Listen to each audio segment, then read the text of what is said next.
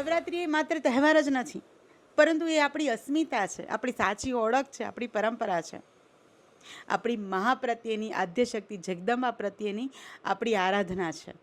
અને એટલે જ અલગ અલગ લોકો અલગ અલગ રીતે માતાજીને પૂજે છે.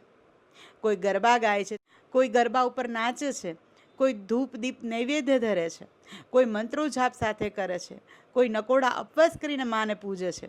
આમ અલગ અલગ રીતે જે છે એ પોતાના ભાવથી, પોતાની યથાશક્તિથી લોકો નવરાત્રિ દરમિયાન માતાજીની ભક્તિ કરે છે. અને એવી જ રીતે નાની નાની બાળાઓ માથા પર માટીનો ગરબો લઈને ઘરો ઘર જાય છે અને ગરબા ગાય છે અને એવી રીતે માતાજીની આરાધના કરે છે, નવરાત્રિની પૂજા કરે છે.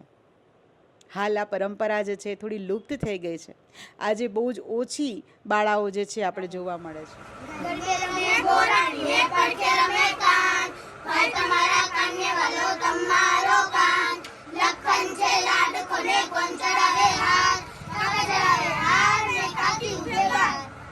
ટાંકીને બહાર ઉભા રાખવાના છે. ગરબો ક્યાંથી શીખ્યા તમે લોકો? કોને શીખાડ્યો? કોકે શીખાડ્યો છે ને? મમ્મીએ, માસીએ, ફઈએ?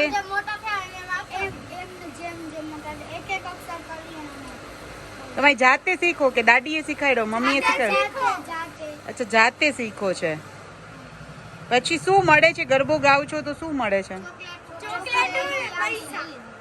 અચ્છા, આખી થેલી ભરાઈ જાય?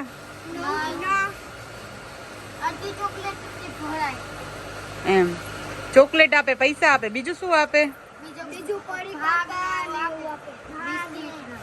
એમ. અને પછી પૈસા ભેગા થશે પછી શું કરશો પૈસાનું?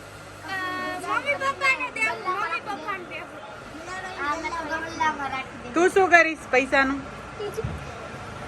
ભેગા થશે પૈસા પછી શું કરવાનું? ગલ્લામાં રાખીશ. ભણો છો બધા? કઈ સ્કૂલમાં ભણો છો? કન્યા શાળામાં, પ્રાથમિક શાળામાં. તું એનડીએચમાં. ઓકે. અને બધી જગ્યાએથી કંઈક ને કંઈક આપે જ છે કે નથી આપતા?